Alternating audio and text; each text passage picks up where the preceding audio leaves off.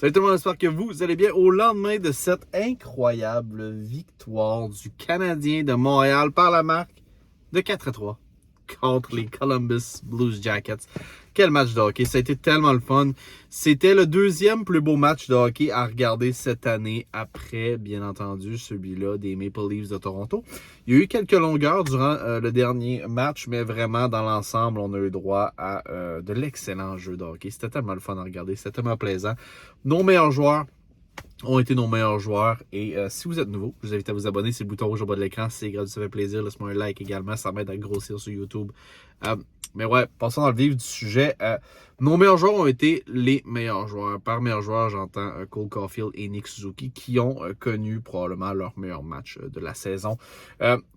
C'est la deuxième victoire qui est signée par nos vedettes. Vraiment signée par Suzuki et Caulfield. Un match de 3 points chacun avec un but, 2 passes pour chacun aussi. Suzuki, ça fait du bien de le voir avoir autant de points dans un match. Il a fait autant de points dans le match qu'il y en avait depuis le début de la saison. Donc, c'est vraiment rassurant dans son cas. Et puis pour ce qui est de Cole Caulfield, lui, il continue sur sa bonne lancée avec 9 points en 7 matchs. Donc, c'est juste du positif pour ces deux gars-là. Ils ont fait d'incroyables passes. Cole Caulfield qui joue les héros en prolongation. Encore une fois, c'est super. C'est de la magie. Quand cette magie-là opère, c'est juste tellement, tellement beau, là. Où je voulais en venir également dans ce match-là, Mike Matheson a joué un excellent match de hockey aussi. A fait un but, mais a été également très, très impliqué dans le jeu, a pris des bonnes chances un peu partout, a appuyé l'attaque. J'ai vraiment aimé le jeu en général de ce gars-là. Matheson a été vraiment un élément très positif durant la rencontre. Sean Monahan, depuis le début de la saison, il me semble que je dis son nom à tous les hosties de matchs. Un gars qui a essayé et ça n'a pas fonctionné, c'est Josh Anderson. Il va débloquer, je pense, parce qu'il joue quand même de la bonne façon. Je sais que c'est plate parce qu'il manque des bonnes occasions de marquer. Je pense qu'il est comme parti 3 fois en échappé quasiment là, lors du dernier match. Il a des excellentes chances. Il est juste pas capable de capituler sur les chances qu'il y a, mais ça va y aller pour Josh Anderson, je suis convaincu. C'est une question de temps. Sinon, je te dirais, en général, la plupart des joueurs ont tous bien joué. Barron a des grosses lacunes en défensive.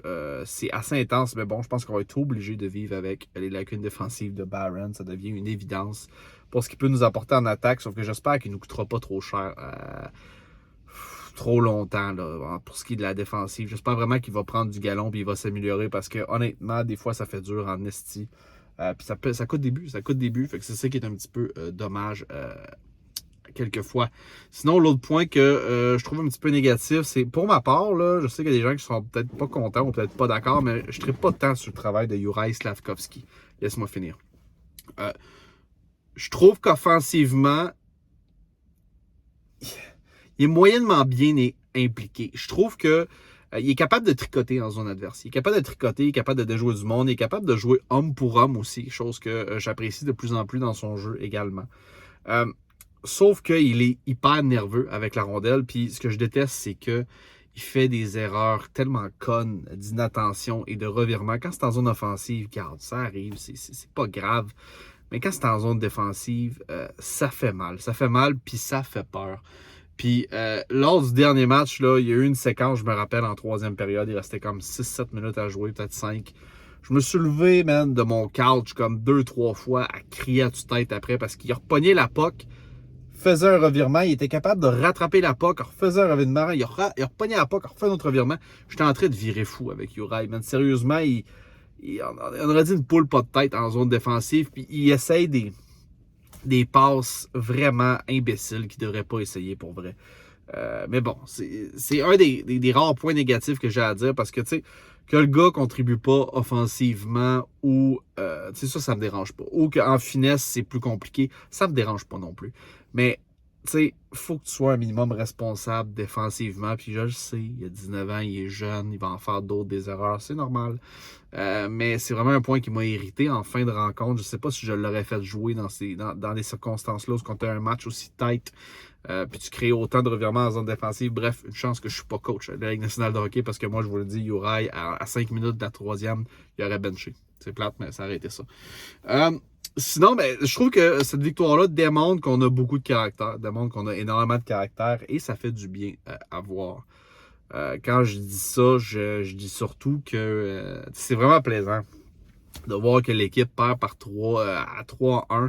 On est capable de revirer ça à 3-3 puis aller chercher ça en prolongation. Je pense que ça en dit long sur le caractère de l'équipe qui veut juste pas abandonner.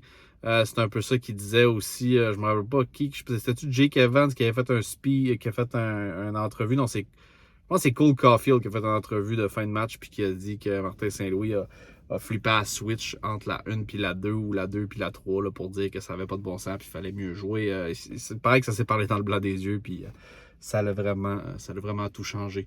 Bref, c'est ça que je retiens de ce match-là. Montembeault a été bon. Il a paru faible peut-être sur un but, mais je pense que le reste, il a été bon. C'était important pour lui de revenir au jeu le plus rapidement possible. Je suis content que le Canadien ait été dans cette direction-là, qu'on n'a pas été tenté de faire juste jouer Allen parce qu'il connaît un excellent début de saison. Je suis content de la performance de Monty.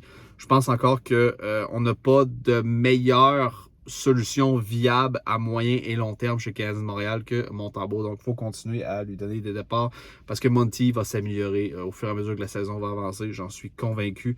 Chose que j'ai énormément de doutes avec Jake Allen, même si on est très très tôt encore en saison. Je pense que Yoel Armia devrait bientôt jouer un match. Je suis pas déçu de comment Lidstrom joue, depuis le début. Il me laisse ni chaud ni froid. Mais j'ai trouvé que pas ce match-ci, mais l'autre, il avait été pas si mal.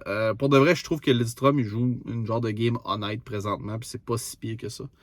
Je m'attends quand même à ce que Goulet réintègre la formation très très bientôt. Donc, dites-moi dans l'espace commentaire, qu'est-ce que vous en avez pensé du dernier match? Est-ce que vous l'avez vu un petit peu de la même manière que moi? Je suis vraiment curieux surtout de savoir ce que tu en penses à propos de Slavkovski. Est-ce que tu vois ça aussi, ces lacunes-là, en termes de défensive, ces lacunes défensives? Je suis peut-être inquiet pour rien, mais en fait, je suis même pas inquiet, c'est juste que je constate.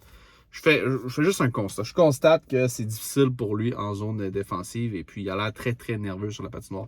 Moi, j'attends rien offensivement. Il y aurait Slavkovski pour être bien honnête avec vous autres, mais je sais que c'est pas le cas de certaines autres personnes. Laisse-moi savoir dans les commentaires qu'est-ce que toi t'en penses. Toujours un plaisir de faire ce genre de vidéo-là. Wrap up, guys. Peace out.